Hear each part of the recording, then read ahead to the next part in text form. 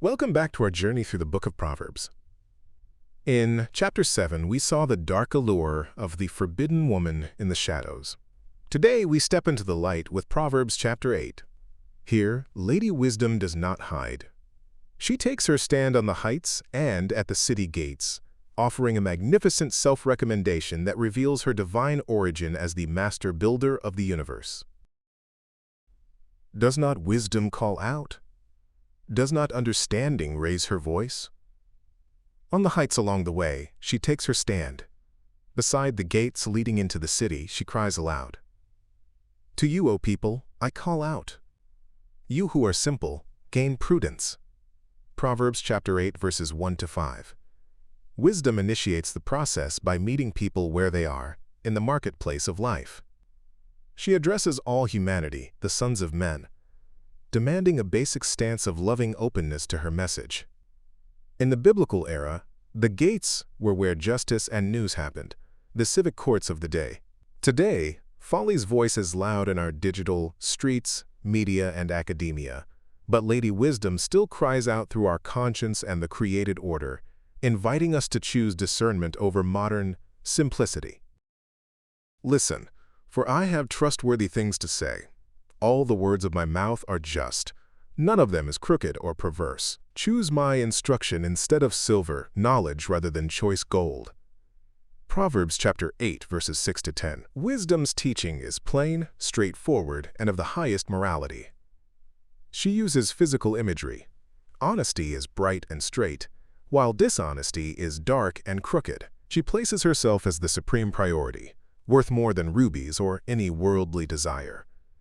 Modern culture often treats relative truth as a virtue. Proverbs chapter 8 asserts an objective moral standard where right and just are not negotiable. In a world obsessed with net worth, wisdom invites us to measure success by our character worth. I, wisdom, dwell together with prudence. I possess knowledge and discretion. By me, kings reign and rulers search out justice. By me, princes govern and nobles, all who rule on earth. Proverbs chapter 8, verse 12, and verses 15 to 16. Wisdom is the fount of statecraft and the foundation of an ordered society. She is not just for scholars. She is the essential skill for leadership and impartial justice. Ancient leaders prepared for rule through wisdom-based royal court schools. Today, leadership is often associated with hustle or power. Proverbs chapter 8 reminds us that true authority and stable governance are impossible without the knowledge and discretion that wisdom provides. I love those who love me, and those who seek me find me. With me are riches and honor, enduring wealth and prosperity, bestowing a rich inheritance on those who love me and making their treasuries full. Proverbs chapter 8, verses 17 to 21. Wisdom's relationship with humanity is rooted in covenant love, mirroring the intimacy of a faithful marriage. She is generous, bestowing enduring wealth, a quality of life that purely material riches, which can sprout wings and fly away, cannot match. We often chase fleeting vapors of wealth. Proverbs chapter 8 promises a rich inheritance that provides psychological and spiritual peace, reminding us that we are better off in the hand of God than with wealth in a storehouse of vexation. The Lord brought me forth as the first of his works. I was there when he set the heavens in place. I was constantly at his side, rejoicing in his whole world and delighting in mankind. Proverbs chapter 8, verses 22, 23, 27, 30, and 31. This is the theological climax. Wisdom has qualitative and temporal precedence over all creation.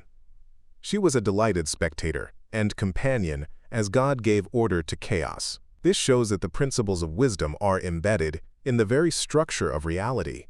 We often separate faith from science or the real world. Proverbs chapter 8 insists there is no such divide. To live wisely is to align yourself with the cosmic order God used to build the universe. Now then, my children, listen to me. Blessed are those who keep my ways.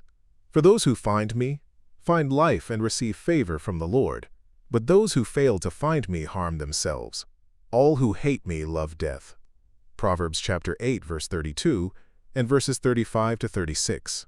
The chapter ends with a choice between life, a quality of well-being and fellowship with God, and death, a realm of separation and injury. Sin is described here as a form of self-injury. Modern secularism treats ethics as a list of rules. Proverbs chapter 8 frames it as a blessing and a quest for life indeed. Rejecting wisdom isn't just breaking a rule. It is a reality rejection that fundamentally harms the self.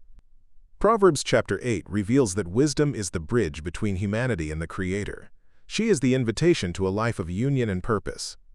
For the New Testament believer, she foreshadows Jesus Christ, the wisdom of God. As you walk through your world today, remember, wisdom is calling. Will you seek her as treasure? Join us next time as we attend the great banquets of chapter 9.